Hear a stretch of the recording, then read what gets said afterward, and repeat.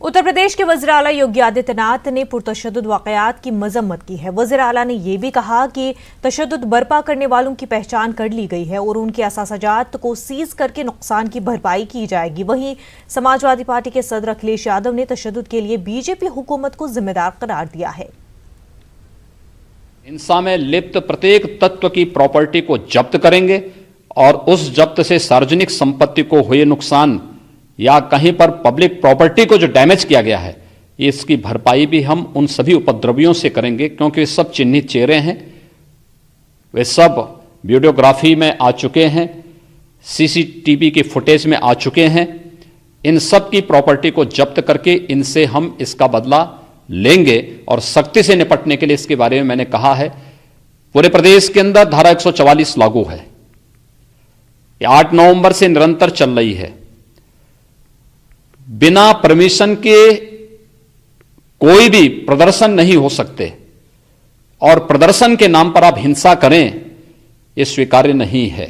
इस प्रकार की असामाजिक और अराजक गतिविधियों को कतई किसी भी स्थिति में बर्दाश्त नहीं किया जाएगा। लोकतंत्र ऐसे नहीं चलता, इसके लिए जिम्मेदार अगर कोई है तो भारतीय जनता पार्टी खुद जिम्मेदार है और जिम्मेदार वो लोग हैं जो इस पद पे बैठे हैं। आप सोचिए, पुलिस डराए अगर तो जनता कैसे खड़ी होगी उसके साथ। पुलिस भी पुलिस मित्र की तरह काम करे तो मैं समझता हूँ जनता पूरा सम्मान भी करेगी।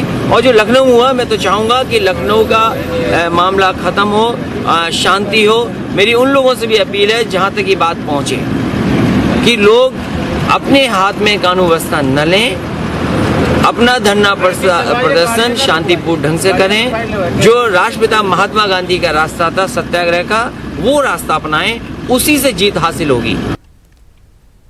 शहरियत कानून के खिलाफ दिल्ली में एहतजाज के लिए नौजवान आज जंतर मंतर पर जमा हुए। आज दिल्ली में जामिया मिलिया इस्लामिया और अलीगढ़ मुस्लिम यूनिवर्सिटी के तलबा आज लाल किले से शहीद पार्क तक मार्च करने वाले थे, लेकिन दिल्ली पुलिस ने उसकी इजाजत नहीं दी। लाल किले के पास दफा 144 नाफिज कर दी गई।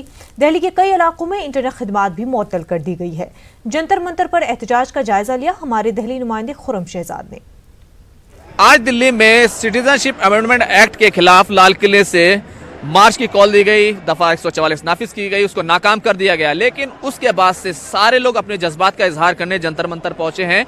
ये दोपहर से ही ये भीड़ जमा थी, यहाँ पर हजारों की तादाद में कहना चाहिए उस वक्त लोग पहुंचे थे, लेकिन अभी भी 1000 से ज्यादा लोग यहाँ पर दिखाई दे रहे हैं जो अलग अलग तरह के पोस्टर बैनर लेकर के यहाँ नजर आ रहे हैं। आप देख सकते हैं कि किस तरह से वो क्या कुछ कहना चाहते हैं, किस तरह के पोस्टर लेकर आए हैं। हम उनसे बात करने की भी कोशिश करेंगे, लेकिन अभी हम आपको ये तस्वीरें दिखा रहे हैं कि तस्वीर, क्योंकि तस्वीर बहुत कुछ कहती है और वो ये बताती है कि लोग कुछ भी बात करें, लेकिन तस्वीर जो होती है वो सच होती है, उसको जुटलाया नहीं जा सकता। यहाँ पर बहुत सारे लोग मौजूद हैं, हम पूछते हैं क्या आपको समझते हैं कि सीए क्या है? सरकार की दलील है कि भारत के लोगों से इसका कोई लेना देना नहीं।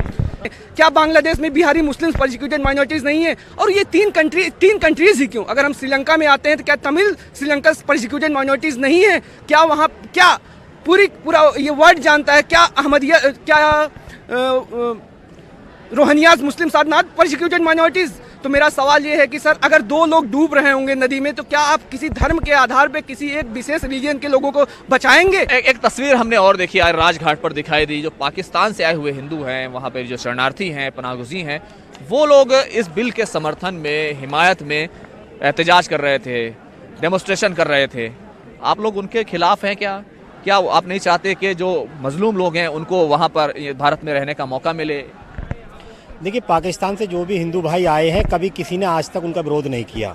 कांग्रेस सरकार के टाइम के वो लोग आए हुए हैं जो आज धन्यवाद मोदी जी को दे रहे हैं। सरकार की एक दलील ये भी थी कि नेहरू लियाकत समझौते ने ठीक से काम नहीं किया। अगर वो काम करते तो पाकिस्तान में भी, बांग्लादेश में भी बड़ी तादाद में माइनॉरिटीज रह रही होती। क्या कहेंगे?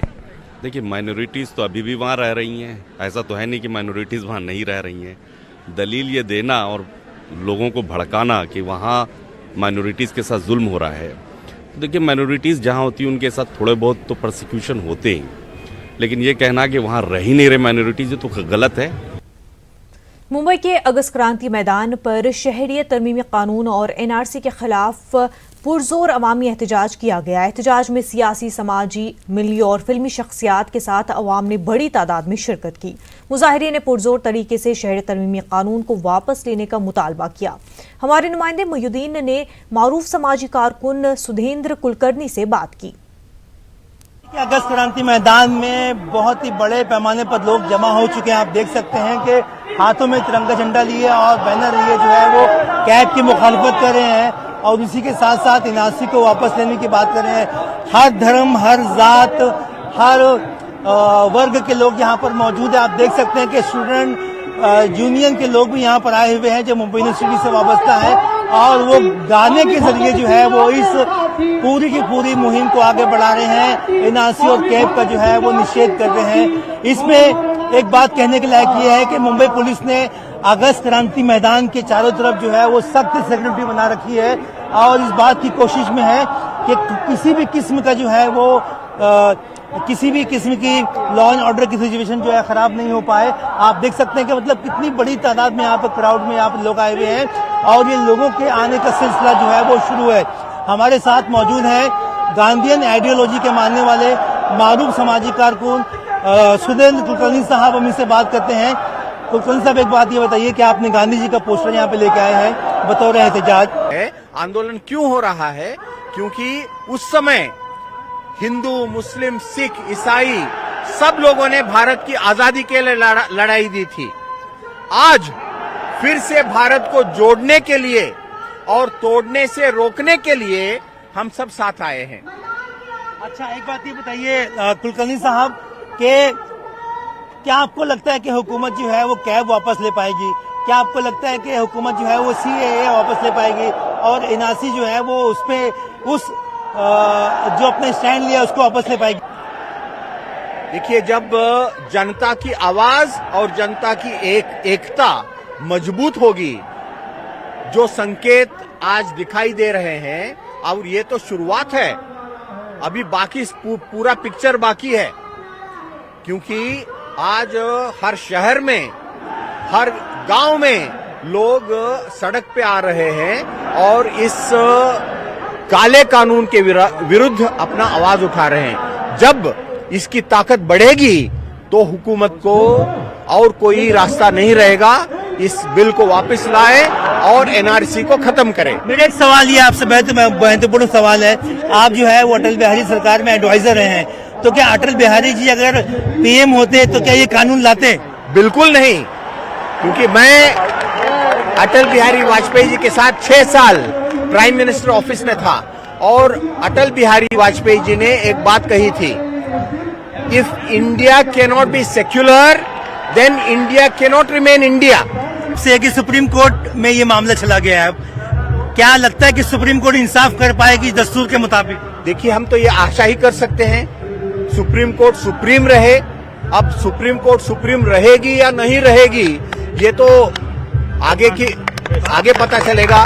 लेकिन सुप्रीम कोर्ट से भी एक सुप्रीम है वो ऊपर वाला का कोर्ट, और ऊपर वाले के कोर्ट में कोई इंसान के बीच भेदभाव नहीं हो सकता।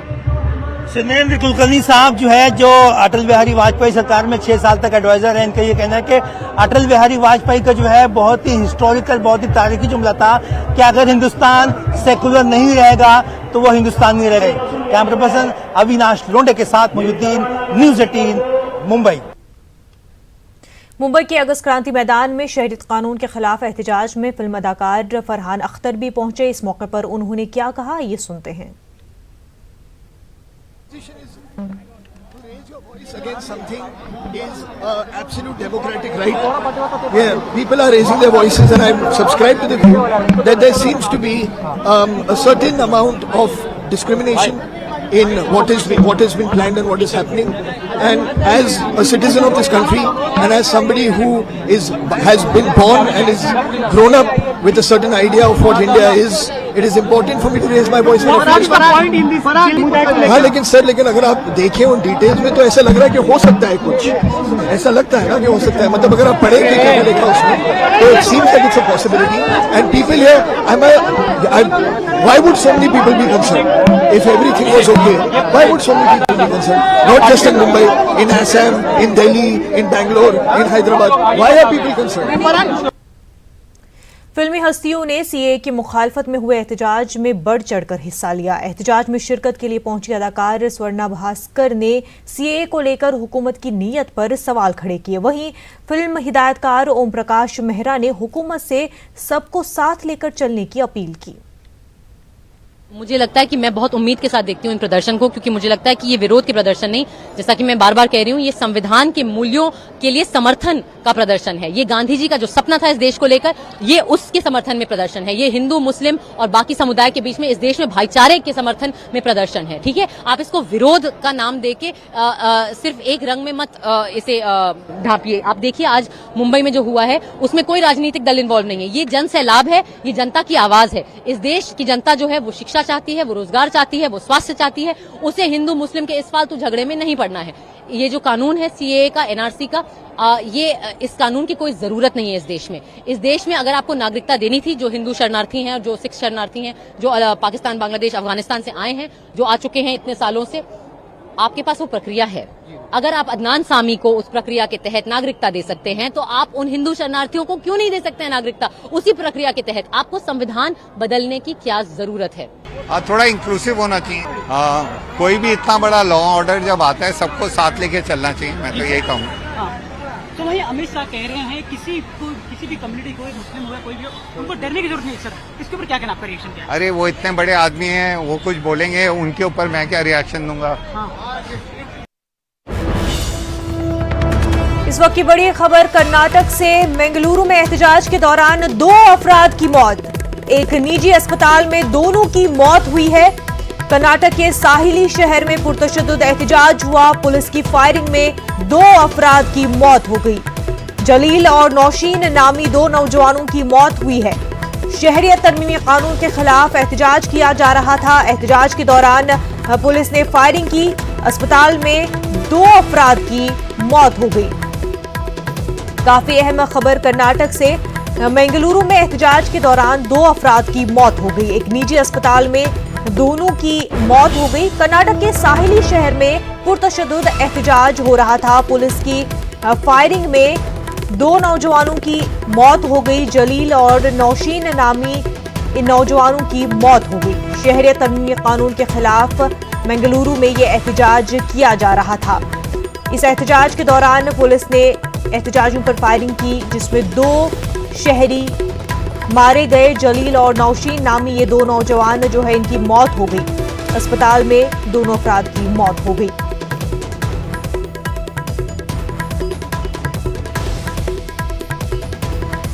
मुल्क भर में आज शहरियत तरमीमी कानून को लेकर एहतजाज हो रहे थे। कर्नाटक के बेंगलुरु में भी एहतजाज हुआ और इस एहतजाज में पुलिस ने फायरिंग की, जिसमें 2 अफराद जलील और नौशीन नामी 2 नौजवान इनकी मौत हो गई।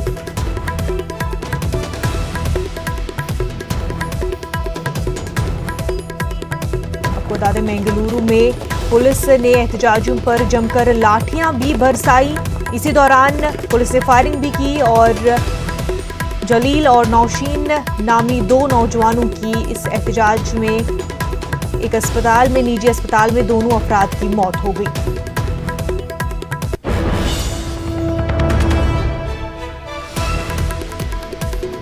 काफी अहम खबर कर्नाटक से। बेंगलुरु में शहरी तरमीमी कानून को लेकर के एहतजाज हो रहा था। पुरतशद्दुद एहतजाज हो रहा था।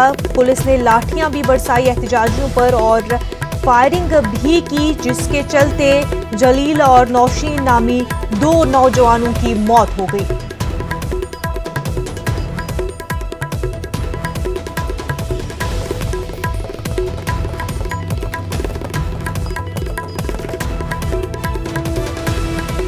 मुल्क की 10 रियासतों में आज शहरी तरमीमी कानून को लेकर के एहतजाज हुए। बेंगलुरु में भी एहतजाज हुआ, जिसके चलते पुलिस की फायरिंग में 2 नौजवानों की मौत हो गई।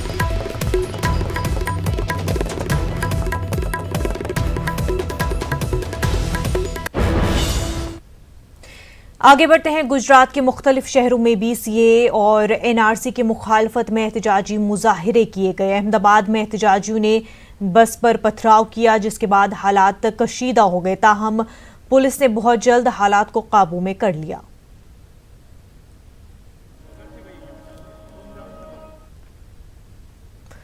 हैदराबाद में शहरी तरमीमी कानून के खिलाफ आज बायबाजू पार्टियों की जानिब से एहतजाजी रैली का ऐलान किया गया था। रैली चार मीनार से नुमाइश मैदान तक निकालने का ऐलान किया गया था। पुलिस की जानिब से इजाजत नहीं मिलने पर रैली का रुख तब्दील करके नुमाइश मैदान से गन पार्क असेंबली तक रैली निकालने का ऐलान किया।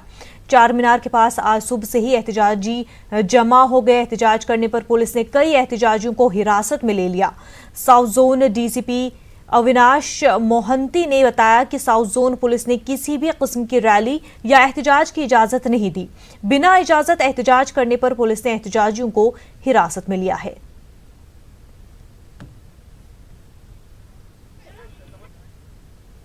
असदुद्दीन ओवैसी ने शहरी तरमीमी कानून के खिलाफ जारी एहतजाज को पुरअमन रखने की अपील की। उन्होंने एहतजाज से कबल पुलिस से इजाजत लेने पर जोर दिया और साथ ही दारुस्सलाम में 21 दिसंबर को एहतजाजी जलसा मुनक्किद करने का ऐलान किया। जो भी एहतजाज कर रहे हैं उसको सबसे पहले पुरअमन रखिए और पुलिस से परमिशन लीजिए कि किस वक्त आप शुरू करना चाहते हैं, आपका रूट क्या है, और हरगिज़ किसी को भी हमारे एहतजाज से तकलीफ़ ना हो, लॉ एंड ऑर्डर का मसला पैदा ना हो, हमारा पूरा एहतजाज अच्छा हो, कामयाब हो, पुरअमन हो। ये पुरअमन रखना इसको हमारे लिए सबसे बड़ी ये कामयाबी का ज़ामिन बनेगा। और कल दारुस्सलाम में इंशाअल्लाह मुश्तरका मजलिस अमल का भी एक इजलास है, उसमें भी हम तय करेंगे कि आइंदा का लाहे अमल क्या होगा। तो सलाम में हफ्ते के दिन जलसा होगा, एहतजाजी जलसा होगा शहरियत तरमीमी कानून के ऊपर। इसमें आपसे मेरी गुजारिश है कि उसमें शिरकत करिए, इस जलसे को कामयाब करिए, अपने एहतजाज को इस जलसे में शिरकत करके दर्ज करवाइए और अल्लाह से दुआ भी करते रहिए कि अल्लाह हमारे इस मुल्क के सेकुलरिज्म को, इस पुरअमन फ़िज़ाओं को अल्लाह और मजबूत करे। शहरियत कानून के खिलाफ हैदराबाद के मुख्तलिफ इलाकों में एहतजाज किया गया। पुराने शहर के इलाके नए शहर में भी अवाम ने अपना एहतजाज दर्ज कराया। हैदराबाद की तफरी मकाम नेकलेस रोड पीपल्स प्लाजा पर मुख्तलिफ तंजीमों की जानिब से शहरियत कानून के खिलाफ एहतजाज किया गया। एहतजाजियों ने मुतनाज़ा कानून को मनसूख करने की मांग की है।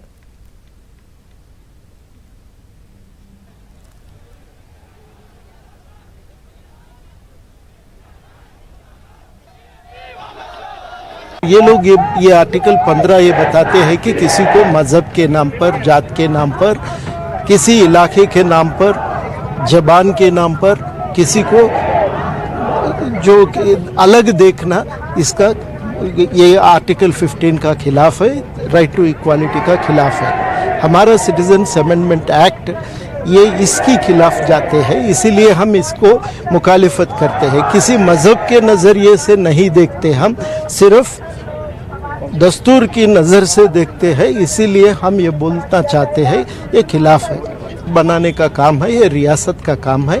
रियासत ये रोक सकते, जैसा उड़ीसा ने किया, बंगाल ने किया, उसी तरीके से हमारा सरकार अगर ये करेंगे तो लोगों को तसल्ली हो जाता। हम दो बात बताते हैं, या इसका अमेंड करो, सिटीजन अमेंडमेंट एक्ट को कॉन्स्टिट्यूशन की दायरे में उसको ठीक से उसको अमेंड करना, या नहीं तो दूसरी उसके साथ साथ दूसरा काम ये भी करना, सिटीजनशिप रजिस्टर के काम रोक डालो, रद्द करो इसको, तभी लोगों को थोड़ा हौसला बढ़ता। और ये लोग ये इतना होने का वजह वही है, सब पॉलिटिकल पार्टीज ने आज एक प्रोटेस्ट किए, हम भी शामिल थे, हम लेफ्ट से नहीं है लेकिन हम भी शामिल थे, और हम लोगों को परमिशन नहीं दी, जैसा ये का प्रोग्राम को भी परमिशन नहीं मिला, हमें अरेस्ट किए थे और 2 बजे हमें अरेस्ट गिरफ्तार से छोड़ दिए, तो उसी वजह से हम यहाँ आ पाए आज।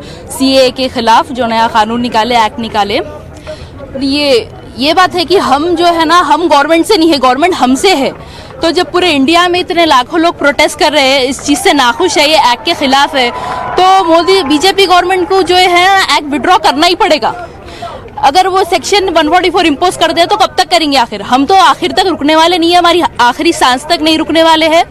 और हमें अपनी जान से प्यारी आज़ादी है और हमें हमारी जान से प्यारा हमारा ये मुल्क है। तो हम तो लड़ते रहेंगे, आखिरी सांस तक लड़ेंगे, वो चाहे कुछ भी कर ले।